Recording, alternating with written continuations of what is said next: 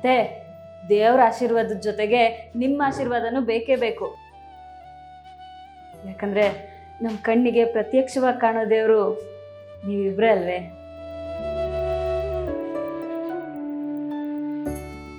ಸರಿ, ಆ ವೆಂಕಿಯವರು ಚರ್ಚ್ ಹತ್ರ ಕಾಯ್ತವ್ರಂತೆ. ನನ್ನನ್ನು ಇದು ಮುಗಿಸ್ಕೊಂಡು ಬಾ ಅಂತ ಅಂದ್ರು. ನಾನು ಹೊರಡ್ತೀನಿ. ಸರಿಮಾ. ಲಕ್ಷ್ಮಿ, ನೀವಿಬ್ರು ಮನೆಗೆ ಹೋಗಿರಿ, ನಾನು ಗರಾಜ್ ಹತ್ರ ಹೋಗಿ ಬರ್ತೀನಿ. ಅಯ್ಯೋ ಮಾವ, ಮನೆ ಇಷ್ಟ ಹತ್ರದಲ್ಲಿದೆ, ಊಟ ಸಮಯ ಆಗೋಗಿದೆ, ಊಟ ಮಾಡ್ಕೊಂಡು ಹೋಗಿ. ಇಲ್ಲಮ್ಮ, ಯಾವುದೋ ಗಾಡಿ ಡೆಲಿವರಿ ಕೊಡಲೇಬೇಕು. ಅವ್ರು ಫೋನ್ ಮೇಲೆ ಫೋನ್ ಮಾಡ್ತಾ ಇದ್ದಾರೆ. ನಾನು ಸಾಯಂಕಾಲ ಬರ್ತೀನಿ, ಬನ್ನಿ ಹೋಗೋಣ. ನಾನು ಅವನು ಕೊಟ್ಬಿಟ್ಟು ಆಮೇಲೆ ಸಾಯಂಕಾಲ ಬರ್ತೀನಿ, ಬನ್ನಿ.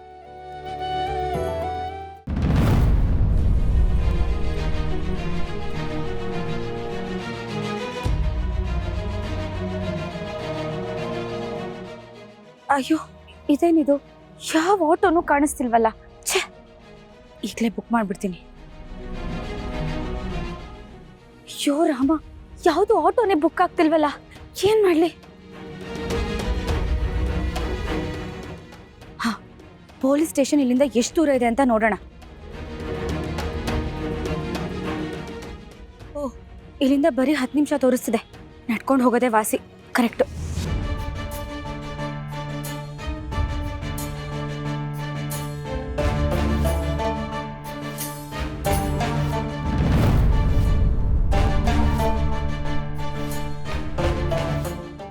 ಜಾನ್ವಿ ಅವರೇ, ನೀವು ಯಾಕೆ ನನ್ನ ಫೋನ್ ತಗೋತಾ ಇಲ್ಲ? ಎಲ್ಲೂ ಕಾಣ್ತಾನೂ ಇಲ್ಲ. ಅಂದ್ರೆ ನೀವು ಮನೆ ಹತ್ರ ಹೋಗಿ ಮದರ್ ಇಂಡಿಯಾ ಎಲ್ಲಿದ್ದಾರೆ ಅಂತ ನೋಡ್ಬಿಟ್ಟಿದ್ದೀರಾ ಅಂತ ಅನಿಸ್ತಾ ಇದೆಯಲ್ಲ. ನೀವೀಗೇನಾದರೂ ನಿಮ್ಮ ಅಣ್ಣನಿಗೋ ಅಥವಾ ನಿಮ್ಮ ಮನೆಯವ್ರಿಗೂ ಈ ವಿಷಯನ ಹೇಳಿಬಿಟ್ರೆ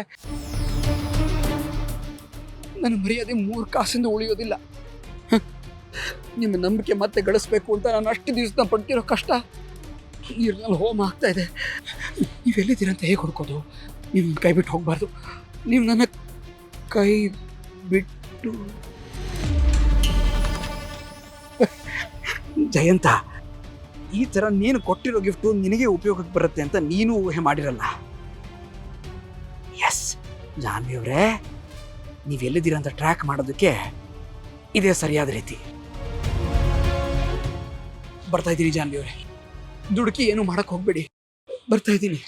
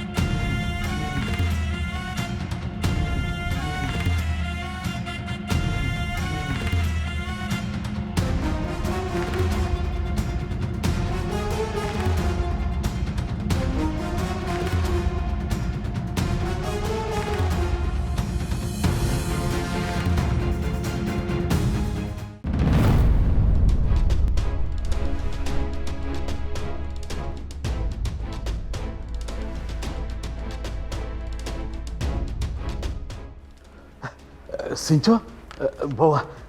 ಸಿದ್ದು, ಏನಂದ್ರಲ್ಲ ಡಾಕ್ಟ್ರು? ಹುಷಾರಾದಳಂತ?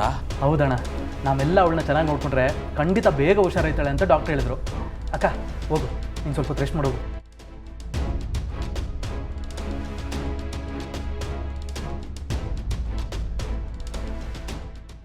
ಲೋ ಸಿದ್ದು, ಯಾಕೆ ಅವಳನ್ನ ಒಳಗೆ ಕಳಿಸ್ತಾ ಇದೆಯಾ?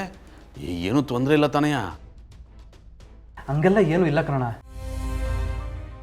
ಮಗು ಹೋಗಿರೋ ವಿಷಯ ಅವಳ ಮುಂದೆ ಮಾತಾಡಬಾರ್ದು ಅಂತ ಡಾಕ್ಟರ್ ಹೇಳಿದ್ರು, ಅದಕ್ಕೆ ಅವಳನ್ನ ಕಳಿಸ್ದೆ. ಅದು ಬಿಟ್ಟರೆ ಬೇರೆ ಯಾವ ಸಮಸ್ಯೆನೂ ಇಲ್ಲ. ಸದ್ಯ ದೇವ್ರ ದೊಡ್ಡವನು, ಆದಷ್ಟು ಬೇರೆ ಅವಳು ಹುಷಾರಾಗ್ಬಿಟ್ರೆ ಅಷ್ಟೇ ಸಾಕು. ಖಂಡಿತ ಆಗ್ತಾಳೆ ಬಾವ. ಡಾಕ್ಟರ್ ಕೆಲವೊಂದು ಮೆಡಿಸಿನ್ಸ್ ಕೊಟ್ಟಿದ್ದಾರೆ, ಸಿಂಚನನ್ಗೆ ಕೊಡಿ, ಅವಳು ಸ್ವಲ್ಪ ನಾರ್ಮಲ್ ಆಗ್ತಾಳೆ. ಮಾತ್ರೆಗಿಂತ ಹೆಚ್ಚಾಗಿ ನಾವು ಅವಳನ್ನ ಹೇಗೆ ನೋಡ್ಕೋತೀವಿ ಅನ್ನೋದು ಮುಖ್ಯ ಆಗುತ್ತೆ. ಆದಷ್ಟು ಮಗುನ ಕಳ್ಕೊಂಡಿರೋದ್ರ ಬಗ್ಗೆ ಅವಳ ಮುಂದೆ ಮಾತಾಡೋಕ್ಕೆ ಹೋಗಬೇಡಿ. ಎಲ್ಲರೂ ಅವಳನ್ನ ಖುಷಿಯಾಗಿ ನೋಡಿಕೊಂಡ್ರೆ ಅವಳು ಬೇಗ ಹುಷಾರಾಗ್ತಾಳೆ. ಸರಿ ಕಣವ, ನಾನು ಅಪ್ಪ ಇಂಥವು ಮಾತಾಡ್ತೀನಿ, ಮಗಿನ ಬಗ್ಗೆ ಅವಳು ತಾವು ಮಾತಾಡಬೇಡಿ ಅಂತ. ರೀ, ನಾವು ಯಾಕ್ರಿ ಆ ವಿಷಯನ ಅವಳ ಮುಂದೆ ಮಾತಾಡೋಣ? ಅಕಸ್ಮಾತ್ ಅವಳು ಒಬ್ಬಳೇ ಇದ್ದಾಗ ಆ ವಿಷಯ ಕಾಡುತ್ತಲ್ವಾ, ಅವಾಗೇನು ಮಾಡೋದು? ಅದಕ್ಕೆ ಯಾರಾದರೂ ಅವಳ ಜೊತೆ ಇದ್ದರೆ ಒಳ್ಳೆಯದು. ಹರೀಶನ್ಗೆ ಆದಷ್ಟು ಅವಳ ಜೊತೆನೇ ಇರೋಕ್ಕೆ ಹೇಳಿ. ಭಾವನಾ, ಅವರೆಲ್ಲಿ ಮನೇಲಿ ಇರ್ತಾರೆ ಹೇಳಿ? ಸಿಂಚನಾಗೆ ಈ ರೀತಿ ಆದಾಗಿಂದ ಅವ್ರ ಮನೇಲಿರೋದೇ ಕಮ್ಮಿ ಆಗೋಗಿದೆ. ಅವಳನ್ನ ನೋಡಿದ್ರೆ ಸಾಕು, ಅವ್ರು ಹೆದರ್ಕೋತಾರೆ. ಅದೇ ಅವಳಿಗೆ ತುಂಬ ಟೆನ್ಷನ್ ಆಗೋಗಿದೆ. ನಾನು ಹರೀಶನ ಹತ್ರ ಮಾತಾಡ್ತೀನಿ, ಅವಳ ಜೊತೆಗಿರೋಕ್ಕೆ ಹೇಳ್ತೀನಿ. ನಾನು ಸಿದ್ದು ಅವರು ದಿನಕ್ಕೆ ಒಂದು ಸಲ ಬಂದು ಸಿಂಚನನ್ನು ಮಾತಾಡ್ಸ್ಕೊಂಡು ಹೋಗ್ತೀವಿ. ಅವಳಿಗೂ ಸ್ವಲ್ಪ ಖುಷಿ ಆಗುತ್ತೆ. ಇಂಥ ಸಮಯದಲ್ಲಿ ನಾವೆಲ್ಲರೂ ಒಟ್ಟಿಗೆ ಅವಳನ್ನ ಖುಷಿಯಾಗಿ ನೋಡ್ಕೋಬೇಕು. ಆಗ್ಲಿ ಕಣವ, ಯಾರು ಇರ್ತಾರೋ ಬಿಡ್ತಾರೋ, ನಾನಂತೂ ಅವಳ ಜೊತೆಗೆ ಇದ್ದು ಅವಳು ಆದಷ್ಟು ಬಿರ್ನೆ ಹುಷಾರಾಗೋಂಗೆ ನೋಡ್ಕೊತೀನಿ. ಸರಿ ಕಣ, ನಾವಿನ್ನ ಬರ್ತೀವಿ ಹೊತ್ತಿಗೆ. ಏಯ್ ಇರಲ್ಲ, ನಾನು ಬಂದು ಅಷ್ಟು ದೂರ ಬಿಟ್ಬಿಟ್ಟು ಬರ್ತೀನಿ. ತಗೊಳಮ್ಮಿ, ನಡ್ರಿ.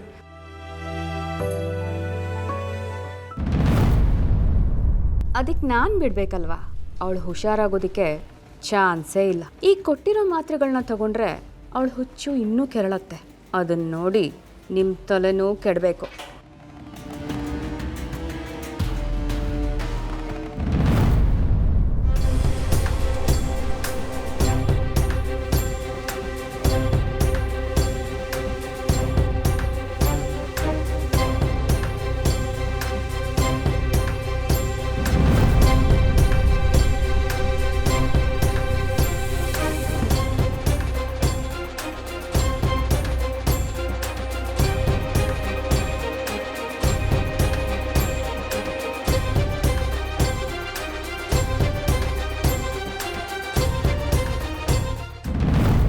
ಅವರೇ, ಮೊದಲು ಕೈ ಬಿಡಿ. ಯಾಕೆ ಇಷ್ಟು ಕೋಪ ಮಾಡ್ಕೊಂಡಿದ್ದೀರಿ ನೀವು? ಮೊದಲು ನೀವು ಇಲ್ಲಿ ಹೇಗೆ ಬಂದ್ರಿ ಅನ್ನೋದನ್ನ ಹೇಳಿ. ಅದು ದೇವಸ್ಥಾನದಲ್ಲಿ ಧ್ಯಾನ ಆದಮೇಲೆ ಕಂಡುಬಿಟ್ಟು ನೋಡಿದಾಗ ನೀವೆಲ್ಲೂ ಇರಲಿಲ್ಲ. ಸುಮಾರು ಹುಡ್ಕಾಡ್ದೆ, ಮನೆ ಕಡೆ ಹೋಗಿರ್ಬೋದೇನೋ ಅಂತ ಬಂದೆ. ನೀವು ಮನೆ ದಾರಿಯಲ್ಲಿ ಸಿಕ್ಕ್ರಿ. ಯಾಕೆ ಇಷ್ಟು ಕೋಪ ಮಾಡ್ಕೊಂಡಿದ್ದೀರಿ? ಛೇ, ಕೊನೆಗೂ ನಿಮ್ಮ ಬುದ್ಧಿ ತೋರಿಸ್ಬಿಟ್ರಲ್ಲ. ನಾನು ಯಾವಾಗಲೂ ಹೇಳ್ತಿದ್ದೆ, ನೀವು ಬದಲಾಗಕ್ಕೆ ಸಾಧ್ಯನೇ ಇಲ್ಲ ಅಂತ. ಅದನ್ನ ನಿಜ ಅಂತಾನೆ ಪ್ರೂವ್ ಮಾಡಿಬಿಟ್ರಿ. ನೀವೇನು ಹೇಳ್ತಿದ್ರಿ ಅಂತ ನನಗೆ ಅರ್ಥ ಆಗ್ತಾ ಇಲ್ಲ ನೋಡಿ. ಅಲ್ಲ, ನಾನೇನೋ ದೊಡ್ಡ ದ್ರೋಹ ಮಾಡಿದ್ದೀನಿ ಏನೋ ಹಾಗೆ ಮಾತಾಡ್ತಾ ಇದ್ದೀರಲ್ಲ, ಏನೋ? ನಿಮಗೆ ಗೊತ್ತಿಲ್ವಾ? ಅಥವಾ ಗೊತ್ತಿದ್ರು ಗೊತ್ತಿಲ್ಲದೆ ಇರೋ ಥರ ನಾಟಕ ಮಾಡ್ತಿದ್ದೀರಾ? ಆ ರೂಮ್ ಬಗ್ಗೆ ಕೇಳಿದಾಗ ಏನು ಹೇಳ್ತಿದ್ರಿ ನೀವು? ಅಲ್ಲಿ ನಾನು ಬ್ಲ್ಯಾಕ್ ಮನಿ ಇಟ್ಟಿದ್ದೀನಿ, ಡಾಕ್ಯುಮೆಂಟ್ಸ್ ಇದೆ. ಕೀ ಕೇಳಿದ್ರೆ ಕೀ ಎಲ್ಲಿದೆ ಅಂತಾನೆ ಗೊತ್ತಾಗಿಲ್ಲ, ಕೀ ಮಿಸ್ ಆಗೋಗಿದೆ. ಆ ವಿಷಯವಾಗಿ ಬರೀ ಸುಳ್ಳು ಹೇಳ್ತಾನೆ ಬಂದ್ರಿ. ಆದ್ರೆ ರೂಮ್ ಒಳಗೆ ಒಂದು ಹೆಂಗಸನ್ನ ಕೂಡ್ ಹಾಕಿದ್ದೀರಾ.